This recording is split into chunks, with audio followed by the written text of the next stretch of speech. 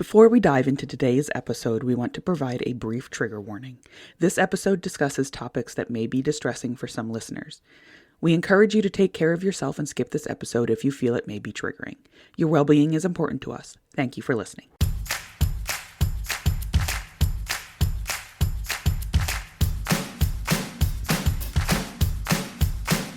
Welcome to Booked All Night, your super smart and stellar guide on this exploratory voyage into expansive literary worlds. I'm your host, Jessica Mary, and I'm joined weekly by Leigh and Magdalyn Ann as we geek out over great books and the craft of writing them. We're a small corner of the internet, and every little bit helps. So be sure to rate us, leave a comment, participate in the polls after each episode, and of course, don't forget to hit subscribe so you never miss a chapter. All right, my little Libranauts, buckle up, settle in, and let's launch into chapters 21 through 29 of Remember Me Tomorrow by Farah Heron. Katie, I have thoughts. I have so many thoughts. I have thoughts. And I have written them down in my notebook. Let's hear them. Okay. So...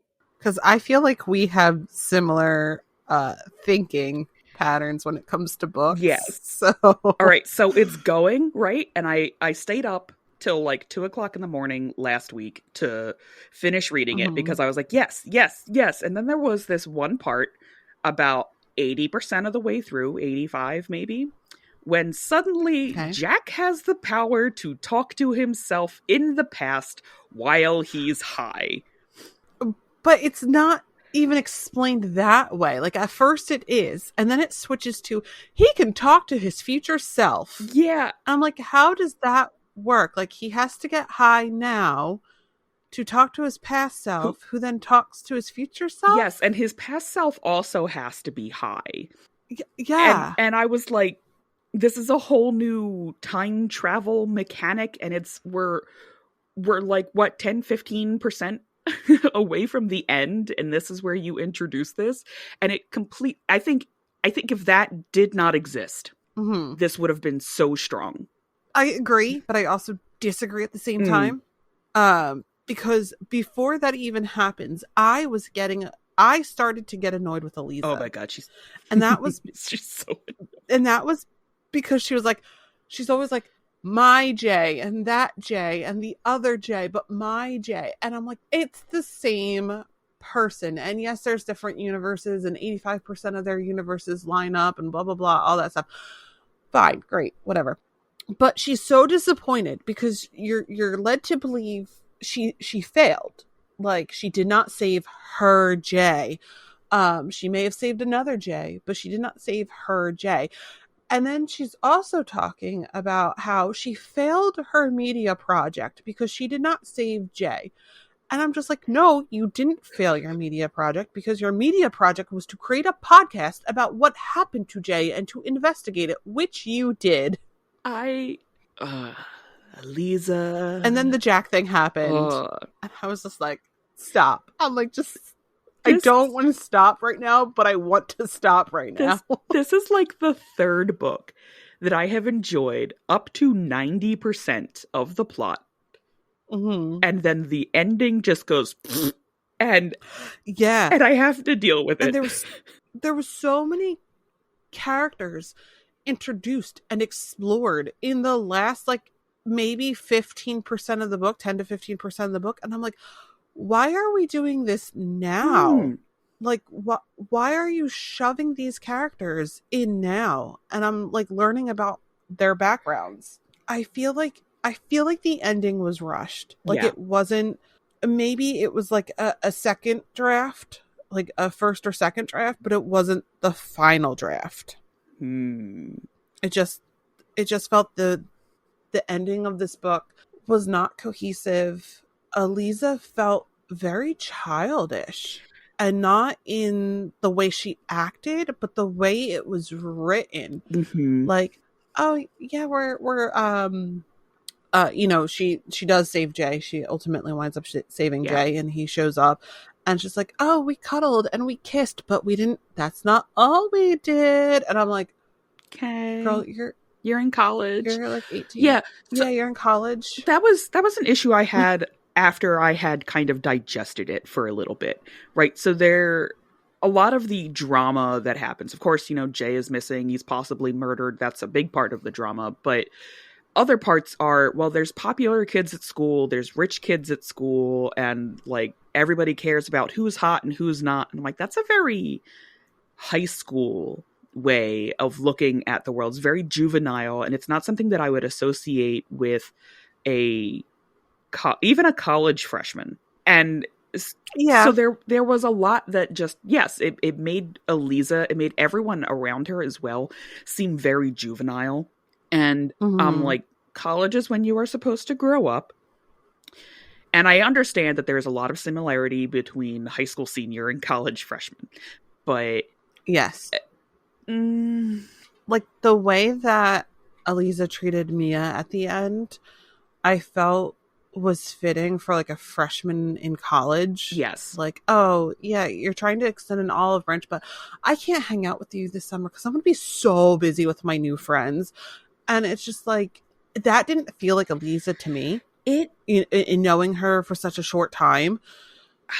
But it does feel like something like a freshman in college would say to someone. I liked that scene and then hated where it went, right? So that scene is when Mia comes up and she's like, hey, did you want to like carpool home together? And Eliza outright goes, why? Like, we are not friends. You have clearly proven that we are not friends. You are petty and I hate you.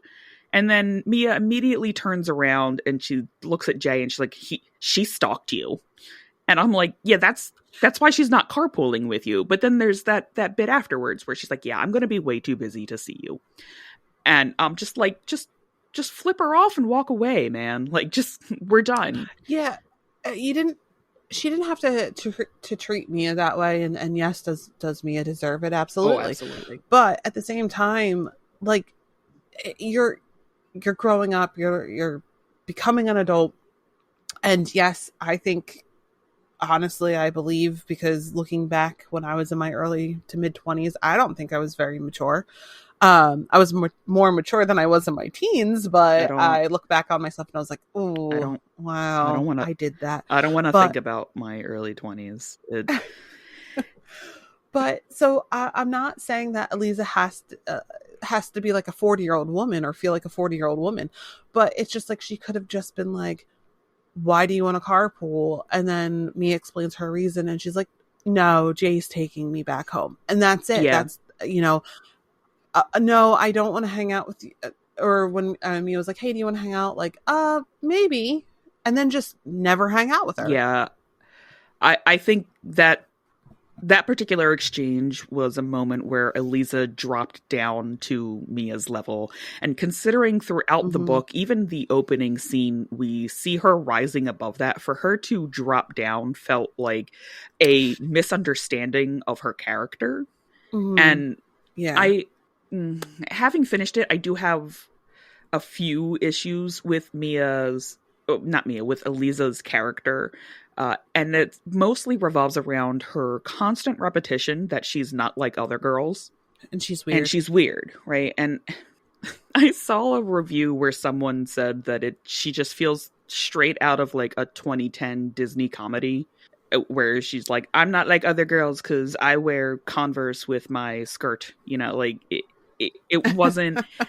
It wasn't enough to really make her weird. And she's like, oh, well, I like octopuses. And I'm like, yeah, who doesn't? Octopuses are cool. And then she's like, yeah, I have a stuffed octopus. I'm like, yeah, I went to college with a teddy bear. It's not that uncommon. Like, I had someone crochet me. Her, Jen, crochet me a Cthulhu plushie when I was in college. And I thought I still have it. Like, I love it. Right.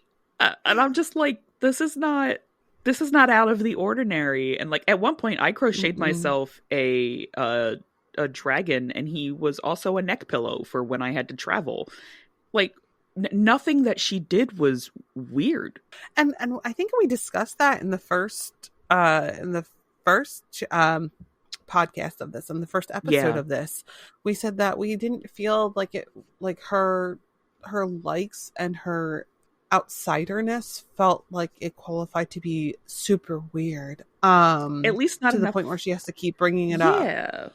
Maybe in Alderville, but not in Toronto. Yeah, definitely not in college. College is full of weird kids, and it was just very obvious that she hadn't found her fellow like nerds yet, you know. And as anybody who it takes time, it does take time, and it involves like, you know, going to a club meeting or two and ultimately paying attention to people that are in your class, because you'll just sit down next to somebody and they'll be wearing a D&D t-shirt and you'll be like, hey, and then you're friends. That's how it works in college.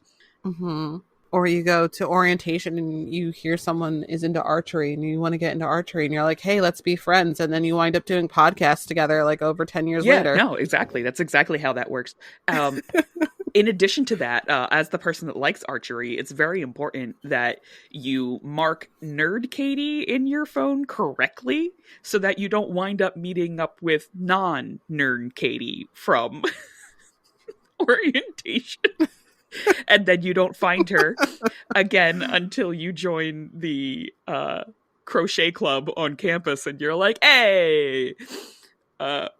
Yeah, that's exactly how that works. The alternative to that is the person that likes archery stands up in the middle of class and says, hey, we're holding tryouts if you want to come and learn how to shoot. And then right next to her, you scream, you're that Jess, which is how I met Maggie. Yeah. Oh, yeah. Yeah, fun little backgrounds. So if you're out there and you're getting into college and you think, oh, I'm too weird for college, just know that if you're normal, college is not for you. That's my 2 cents. If you're not into something weird, if you don't have some project that you're passionate about, if you're just like, I am going to go, I'm not going to talk to anybody, and I am just going to do my homework, don't bother. Like, college is... No matter what you study, it is something that you should be passionate about. It is something that you should enjoy learning about. And if you don't enjoy learning about it or talking about it, that's a very long time It's a very long time and a very large amount of money to spend for something that you're not passionate about, regardless of what you go for. And I will just say that if you think you're the weird one in college, there's always someone who's going to be weirder than you are. True facts. Just find them, and you can either ignore them or befriend them. It's true. True facts. There's also a lot of weird stuff. So we did mention that there's a lot of people that get introduced and we get to talk about them. There's, you know, the woman at the cafe. No, that's actually part of like last week's. Yeah. But that was at the end of last week's. Yeah. So we have her. She tells us the story of Selma, and then we learn about all these people in a photo that Jack posted to his Instagram. And then we learn about Andrew Murray, who is Lance and Taylor's father, which does become important, but I feel like should have been sprinkled a little earlier. And then yes, we get the name Stephen Everett, which we did get sprinkled earlier, which was the person she originally wanted to investigate for her media story. And it turns out that Stephen Everett, I wrote it down because he's a lot of things to this story. So originally it's the guy that Eliza wanted to cover for her web series. He turns out to be Lance and Taylor's father's ex-business partner, a winner of the Bright Knolls scholarship, and Jay's father. And we kind of learn that all in the same paragraph. And the brother to Lance and Taylor's sister. Yes. Which makes the business partner his brother-in-law. Yes. And like, okay, there's a lot of interconnectivity there. And it was just like, and he's the son of that Helen Grant person. Yes, I forgot to add that. He's the son of Helen Grant, which is the lawyer that Jay's mom works for.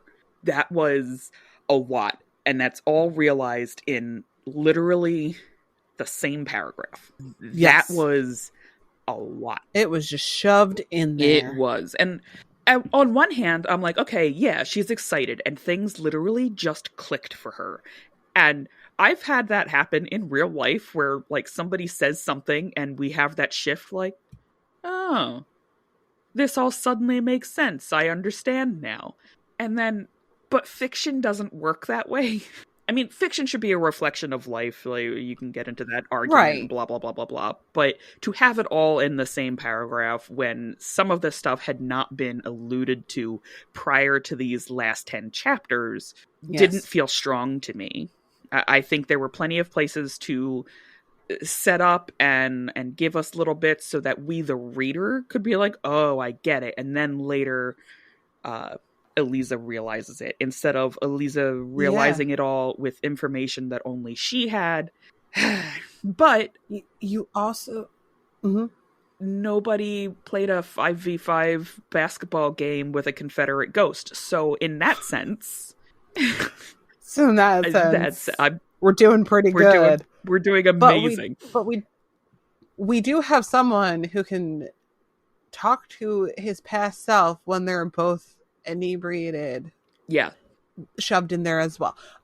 But we also get a whole ton of background on Lance and Taylor that could have also been sprinkled throughout the book, because we've met Lance before. We've met Taylor. Mm-hmm. They are, I wouldn't say driving factors to the story.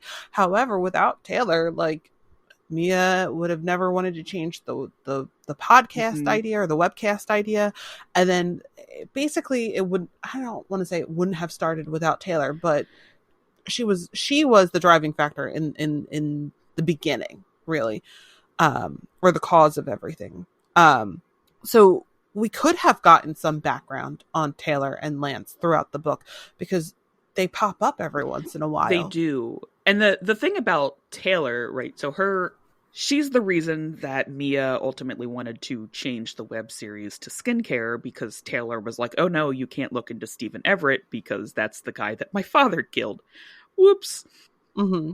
And she also notes that, like, if you weren't doing your damn podcast, then, you know, we would have been able to let the clock run out for Jay's trust fund, for his ability to claim his trust fund, and then it would have defaulted to us. I wonder if Taylor hadn't interfered and they just investigated Stephen Everett, would it have gotten as far? Oh, maybe not. But like, no, because I don't think we would have even found out that he had a child with Selma. Yeah.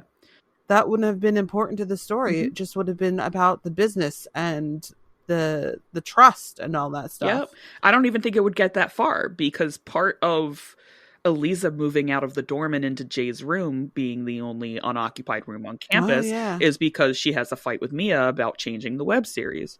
If the web series never got changed, she wouldn't have a reason to connect anything to Jayhawk. Correct. Yeah. So Taylor's the reason why everything was solved, and she got, well, she didn't get screwed over. Like, I mean, yeah, she and Lance she are did, fine. but she didn't. Yeah, they got their mommy money. Yeah, so yeah, they rich kids turned out fine. Who was surprised? Absolutely nobody. Right. And then I think, just, I don't know, the ending really changed the rating for me. I'm so disappointed, but not highly disappointed. No, I'm just like, you could have been a contender, like, sort of thing. you could have been a contender. Yeah. Also, my question, before I get to, like, some book clubby-esque kind of questions. Mm-hmm. I like Res Connect as a plot device, but like I could see it. You know, there's a modern day mailbox, but wouldn't they just wouldn't roommates just text each other? Yeah, I mean, yeah, but, and plus, if you texted each other, you could send pictures and links and everything like that. Yeah. But I mean, I guess it would work out, like, if you don't know who your roommate is to begin with, and you're just, like, kind of getting to know them. Like, if I had Res Connect, if I had stayed on campus and had Res Connect, I would have felt better about talking to my roommate and getting to know them before giving them my phone number. Yeah. I don't know this person. I don't know if they're weirder than I am or not. I don't need to, be texted random stuff at like 4 a.m. Why not? You know, why don't you text random stuff at 4 a.m, Katie? That's how you build a connection to your roommate. okay. At the time of college, maybe I wouldn't have cared because I was up at 4 There you a.m. go. But now, if someone texted me at 4 a.m, I would be like, first of all, if someone was texting me at 4 a.m, it would be my husband from the living room because he stays up all night. But he knows I'm sleeping, so he wouldn't text me unless it was like, hey, when you wake up, I just want you to see this meme. Oh my god. So be like, it better be an emergency. He knows my phone's on silent. It had better be. Well, my phone's on silent, so if it's an emergency, he's going to come into that room and wake me up. But yeah, but again, I still don't want to be texted a million times from someone I really don't know about stuff I don't know about. I guess that's fair. I'm a private person. If I'm going to give you my phone number, it's because I kind of trust you a little bit. Yeah. So, Res Connect would work. Okay. With me, at least. For the first month or two. And then we'd move to phone numbers. And then I'd block you there and on my phone and on Facebook. Now, so one final thing. Then there's a whole bunch of kind of bleh, this is what happened toward the end. You get it from, what's his name? Andrew, who is Lance and Taylor's dad, because he comes out and he's like, yeah, Lance killed that kid, blah, blah, blah, blah, blah, that money's mine, blah, blah, blah, blah, blah. Very traditional villain rant in the middle of things. Sometimes I wish authors would go the route of Fable 2. Have you ever played Fable 2? Absolutely. So for those who are at home who maybe have not played Fable 2, when you finally get to the end boss and he starts his, this was my evil plan, you can just shoot him and be done with it. And there are sometimes I wish for that in the middle of these monologues that I read in fiction where I'm like, okay, we're clarifying points and we're getting confirmation, but I feel like these are things that we had already connected to and already figured out. Then there's also a random cop that's there that's maybe dating Taylor. Yeah. And he's like, wow, you guys screwed it up. Now we won't have, we can't find out who else he was stealing money with. And I'm like, really? There's no other way for you to find out that information? I also have a problem with that. Okay. Because, and this did not make sense to me. This cop is a person of color. He is African American. Okay. Taylor's dating him. It's clearly her boyfriend. They're living on the boat together. Yeah. Her dad is, in his speech, is like, if Steven didn't date that brown girl and mix the waters and blah, blah, blah, blah, blah. And I'm like, but your daughter is dating a person of color and you haven't said anything about that. You're living on the same boat with them. Yeah. And maybe he's afraid to because this guy is huge and he's literally holding he's Cameron, the cop, is holding Andrew's hands behind his back and keeping him from punching people and fighting and stuff. So this guy's got to be a big dude. So maybe he was on his best behavior around him. I don't know. I have no idea. But it's just it just was very inconsistent. Yeah. If your daughter's dating a person of color and you're racist, I don't think you would ever shut up about it. Yeah, you would be ultra mad about that, especially if it's your daughter and your opinion was, mixing the water or whatever his line was. Mm-hmm. After that, we find Jay because he makes an Instagram account and it's lake house boobs. That's what, it's Keanu. Oh yeah, backwards boobs. Keanu calculator boobs. And I kind of wanted to smack Eliza because she's like, what's 58008? I'm like, have you never been in elementary school with a calculator? It's boobs, man. It's just boobs. It's just boobs. And then Jay gives us another monologue. And it is a monologue. He goes on for pages explaining all of the little loopholes that we maybe didn't know about. And yes. There's a couple lines in there that I did enjoy. And there's one where she's like, well, why didn't you just message me from Instagram? And he's like, well, I made that account on a computer and the password was saved in my phone and I couldn't remember what it was. And also it was at the bottom of Lake Ontario. And she was like, you're supposed to be at the bottom of Lake Ontario. And I was like, well then. But, and then like, there's a few other things where he's like, yes, I was Cthulhu. She's like, why didn't you tell me? He's like, well, the day before you told me that I was dead, and it just kind of ruined the vibe, and that was fine. And then the rest of it is just like, yeah, so I went with Taylor, and I stayed on her boat, and I've been living there in secret with my mother, A-OK, for the last 5 months. Yeah, living at Helen Grant's cottage. Yeah. And I'm like, okay, but like, and here's another thing. He literally goes and with a face mask and a hat to where Eliza's mom works and literally converses with her. There's no way you could have given Eliza a note through her mom. Like, you don't have to say like, oh, my name's Jay, I'm missing and I just need Eliza to know I'm okay. He could have said, you know, like anything, like, because she talks about her daughter. yes. And then she talks to her daughter about this man that she met. And she's like, I think you know, there's this guy at this library who's really into sci-fi. And I think you should go on a date with him. I think he'd be great. And there's no way like Jay could have been like, hey, give this note I wrote to your daughter. And just some cryptic message that Eliza would have known. Would it be? There's so many ways he could have gotten her a note. Yeah. I wonder if it would have been better if instead of appearing in the room, which although like obviously there's a connection they have to the dorm room, but maybe she goes home, right? It's the end of the semester and she goes to the library where her mom works and Jay walks up to her there. And then instead of giving us a monologue, we just kind of get like a fade to black because as a reader, we can put together things, right? We're like, oh, it's Jay. Okay, he's not dead. Oh, I remember this line about some kid coming in and asking all sorts of questions about octopuses. And maybe she would like, oh, okay, so he's been alive the whole time. They were successful.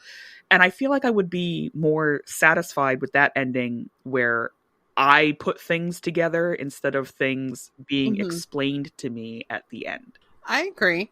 But then we would have to listen to Eliza complain about finals and her failed media project and before we could even get her home to CJ. Yeah.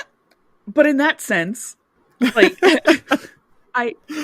there's also that, oh, I failed my media project. Did you not turn it in? Right, because your media project was not let me save Jay. Yeah. It was let me do a podcast about his disappearance. Could you imagine if, like, as your journalism class, you were supposed to save somebody and you didn't? Like, holy crap. That feels like... Wasn't there a movie about heroes and villains in high school? Hero High or something like that? Sky High. Yeah, Sky High. And you're either a hero, a sidekick, a villain, or henchman. That's what I'm instantly reminded of at this point. So, would you say that this felt like an original idea? We know it's not. Yeah. Because of the movies, it literally, I wouldn't say mirrors the lake house, but that's the inspiration. And there's, you know, elements taken from that. I don't think it's an original idea, but I mean at this point in our lovely history, what hasn't been done? Yeah. And it's just, I guess, the way that she did it, it was very enjoyable. It was a great read up until like the last 15% like you said, and then I was like kind of like meh. Yeah. So like I was just thinking like, what would I rate this, you know? And I don't want to be too harsh, but at the same time, like the ending really took me out of it. Like, I think the biggest thing was what you said with Jack and being able to talk to his past self and his future self. And then, you know, he's going to rehab and he's just like, will this take away my powers? That was sad. Like, right. And I feel like if we'd gotten Jack's powers throughout that could have been an incredibly emotional scene where he's like, should I get sober or lose my powers? Like, are those my choice? Like, be be healthy and not be able to save my friend, or be a pothead and a coke fiend. Like, I think that could fit At first, much worse for him. At first, I kind of laughed because I'm like, will this take away my powers? Like, that was kind of like, what? But as it goes on, and as he's texting Eliza and he's at rehab, and he's just like, I don't want to not be Jack. Like, I don't know who I am, and I don't know if I take away the drinking and the drugs, if I'm going to like the person that I am without them.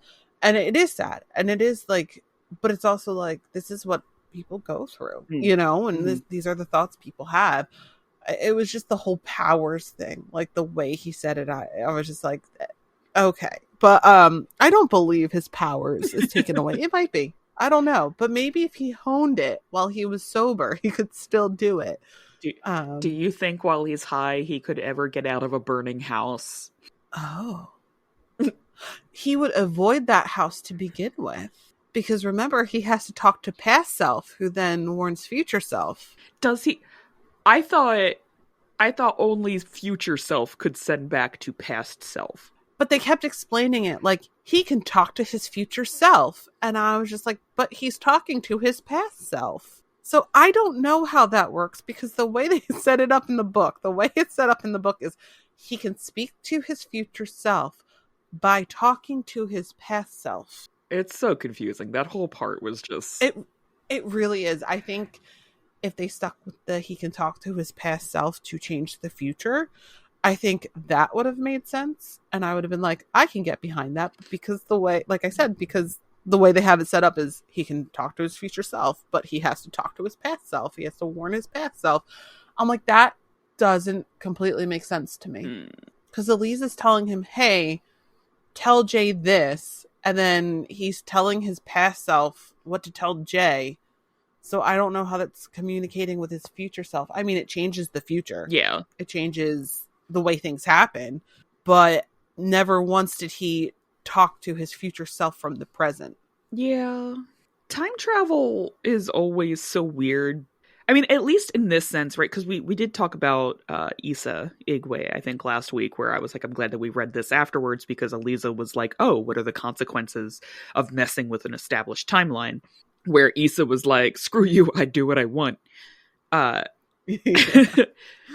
Issa, I was upset because her time travel didn't come up. There wasn't like past Issa running around and making things easier for future Issa, or rather future Issa running around making things easier for past Issa, where here we did get little clips, right? We saw Cthulhu, and there's a boy that comes to the library and he talks about octopuses, and I think he would probably really enjoy, hanging out with him and blah, blah, blah, blah, blah. And I was really happy to at least see that kind of connectivity, minus I can talk to myself in the past when I'm super duper high and or drunk or anything else like that. And there was also the issue of like the 85% and 100%. Like, I didn't necessarily understand why not all of the timeline matched up. And like, I guess to make us guess if the Jay that she saves is the Jay from her universe or the Jay from an alternate universe. Yeah, that was another thing, and I had an issue with that in the beginning that I just didn't say. But at the same time, like, it didn't fully matter to me. Yeah, it also, because I was like, I don't understand this, but I said it also doesn't resolve. Like, if there is another universe, then there's also another Eliza, there's another Taylor, there's another Lance, there's another Selma, there's a universe where Steven wasn't murdered by his brother-in-law. Like, I don't think it needed there's possibly it's another universe Jay or another universe Eliza. I think she could have just stuck with, this is the timeline. I guess, but it's also, we're talking about college students and Marvel movies, and Marvel movies are out there. So maybe it was to keep us guessing, because Eliza and Jay are experiencing this and they have no idea what's going on. They're, an architect and a journalist major.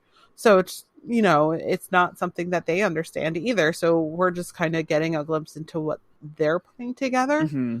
And, you know, you have the movies that they're watching, Back to the Future and The Lake House and, you know, whatever. So they're just kind of piecing it together themselves. Yeah. And that's fine. But that's why I said I was getting annoyed with Eliza, because it's like, what if the J that comes back is not my J? And it's just like, it will be. Just stop. Just, yeah. So Eliza has a lot of repetition with the, what if it's not my Jay who comes back?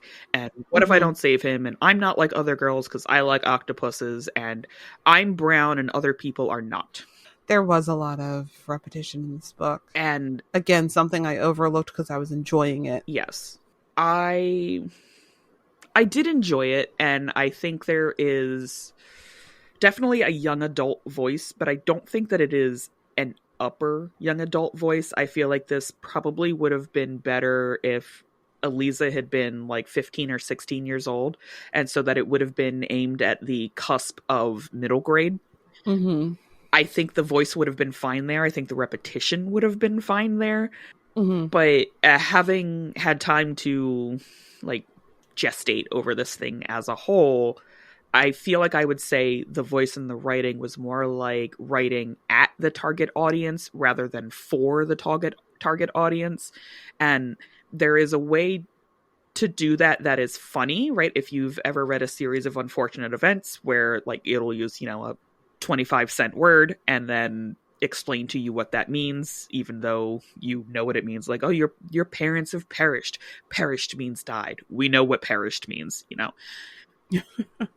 I feel like this was done where maybe somebody hadn't read a lot of modern day young adult work to get a sense of the voice for today's young adult audience.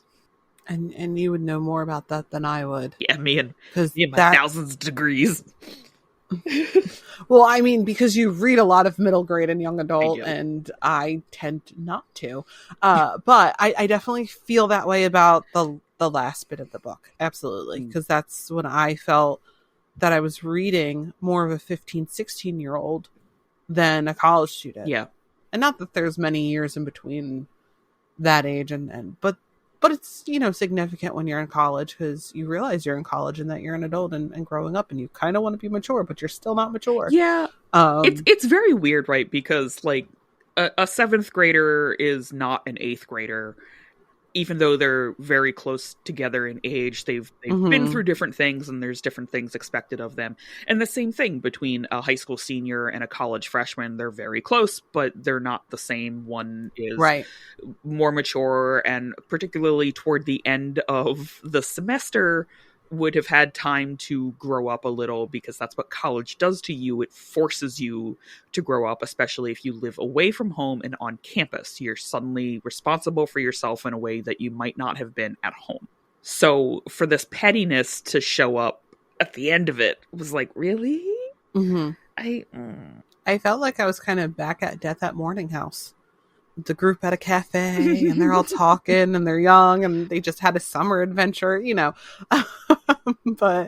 And that's how I felt about, you know, about the last part of the book. It felt more like Death at Morning House than what I had read in previous chapters. Yes.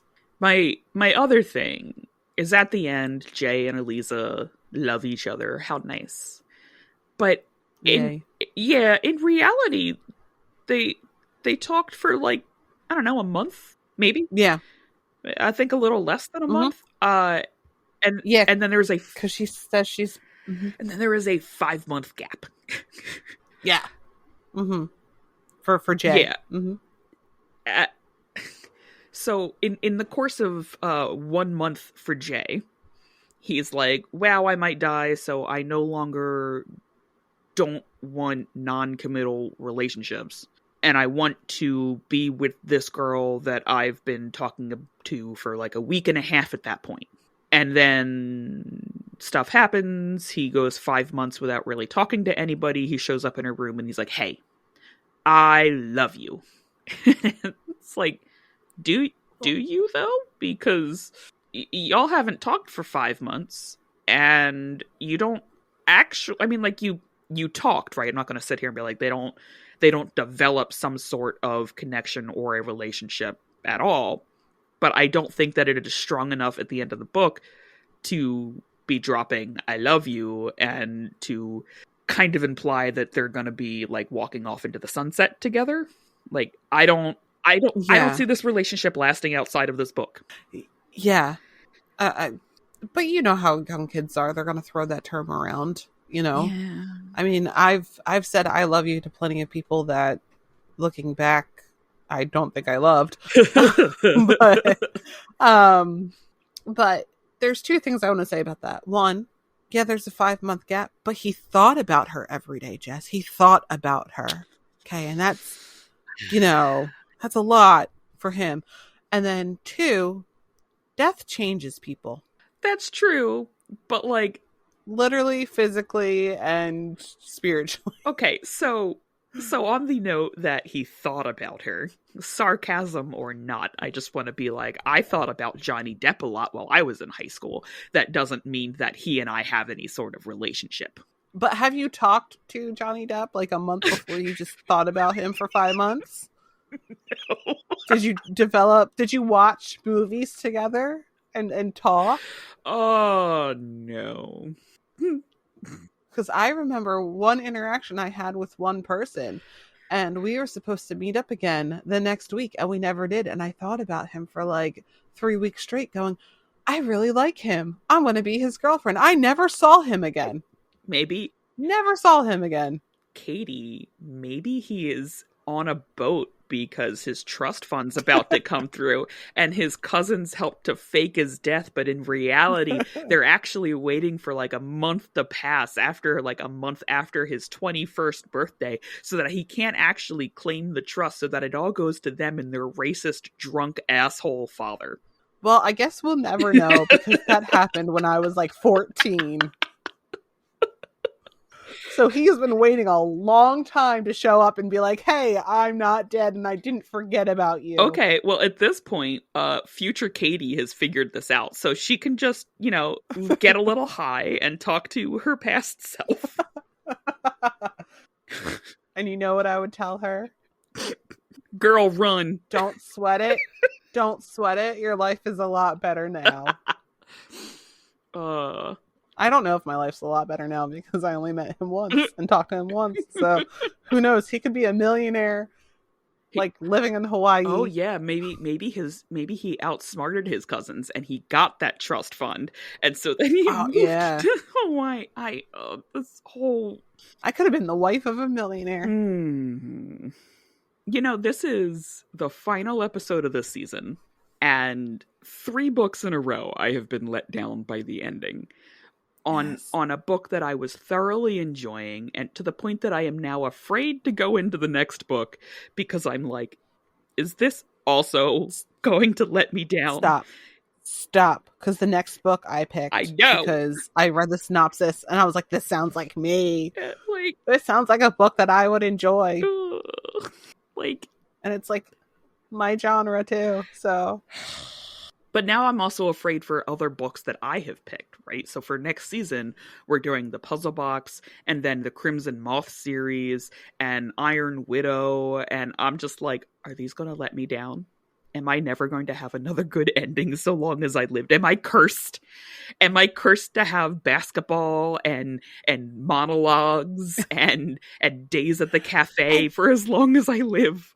And that is why I tend not to read young adult and middle grade, because I feel the endings of the book is where it lets me down.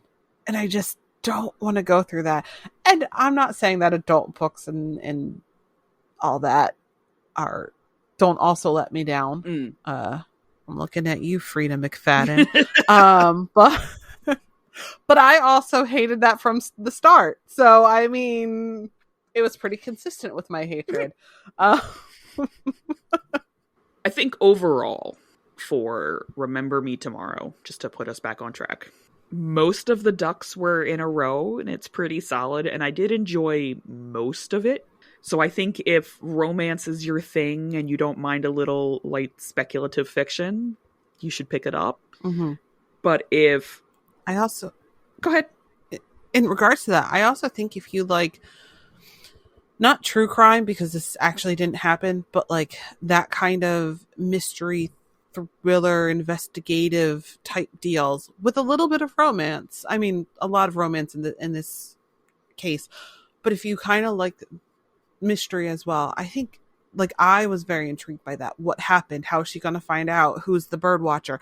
I was very intrigued, and yeah, I loved the romance. It was cute, but I'm more of the keep me guessing and keep me, keep giving those little cliffhangers and twists and all that stuff. Like I love it. I think I might have actually enjoyed it more without the romance if it was just the true crime, and she was like, yeah, I guess I'll do this. I wish we also would have gotten, like you said, I think either the first or second episode, where I wish we would have gotten like the podcast script. Yeah. So that we could see, like, maybe that's where we could have gotten all the information about Andrew and Steven and, not all of it, but like, half of it there and half of it within the story and vice versa, and not vice versa, but like, and things like that. Like, or we could have seen where like the connections were going to be made. Oh, she said this in this podcast episode and she found out this, and that probably connects to that. Like it would have been just, it would have been like, so good. I think at this point it's very obvious that, I have a giant literary boner for multimedia projects. And so I love stuff like that. And I do feel like in this sense that it's really a missed opportunity. It would have been great. Yeah, it would have been great. It was absolutely a missed opportunity not to use that format and to bring that in to give us information in something that we would have accepted in the monologue, because it is her podcast. It is her true crime podcast. Almost all of them are something that gets narrated to us and all the information is given, and that absolutely could have done that, and I wouldn't have minded because it wouldn't have felt like an information dump. Right. And it's not even like she would have had to have written a script that would have taken us 45 minutes or 30 minutes to read as if a podcast. I think I mentioned this the last time. The Night Swim was a story that had a podcast like media set into it. And the podcasts were only like maybe a page long, maybe a couple pages long. Like they were very, very, very short. But just being able to read through that and seeing that script, because it doesn't have to be the full episode or whatever, but it's, just something. Maybe her interviewing suspects. Yeah. Because she didn't even interview a lot of people. There was, she didn't have to because she had Jay. Right. Right. But even if she just did it for funsies, for her podcast, I would have loved to see that. Yeah. Interview Bailey on your podcast. Get her drunk on your podcast and interview her. Oh, yeah. That was also really weird. The party scene where they're like, well, Bailey can't keep a secret when she's drunk, so we're going to go to a party and get her drunk. And I'm like, we don't see problems with this. We don't see like a little ethical issue to purposely get somebody drunk to get information out of them. That's not raising any But did they really think that they were the ones who had to get her drunk? She's going to a party. Yeah. She's a rich person. She's going to be drunk when they enter. Yeah. Okay. Like she's going to be drunk as they walk in, and then they just snuggle up to her and be like, hey, have you heard about Jay? Yeah. Anyway, I don't think it's going to be unethical because it's not like they were the ones who had to get her drunk. She was going to be drunk there anyway. Yeah, I mean, it's not like they slipped her something and they weren't like, hey, don't you want your ninth... GHB. Yeah, don't you want your 9th GHB beer of the evening? Like, it yeah. Oh, I was talking about the drug in the book. Yeah. GHB. Yeah, no, I was just saying, like, they didn't slip it in her beer and give her 5 beers. Yeah, sorry. Yeah. It's always funny when we get to the end of them and we're like, ugh, this ending. And then we complain about it for like 40 minutes because I still recommend these books that I complain about. Yeah, like I definitely would recommend this book, and it would just come with a warning like, hey, it's really good. And then about 10% from the end, you're going to be like, but it's really good. But it's really good up until that point. And also skip this chapter where Jack magically talks to himself. That's a wrap on this episode of Booked All Night. Click that follow button to subscribe to the show, and don't forget to drop a review. Visit the link in the show notes to find us on socials and join our Discord community. When we hit 100 members, we're going to run our first giveaway right there on the server.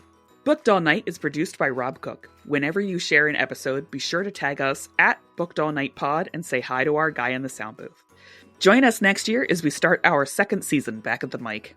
Until next time, my little Libernauts, this is Jessica Mary and Kay Leigh signing off and reminding you to stay booked all night.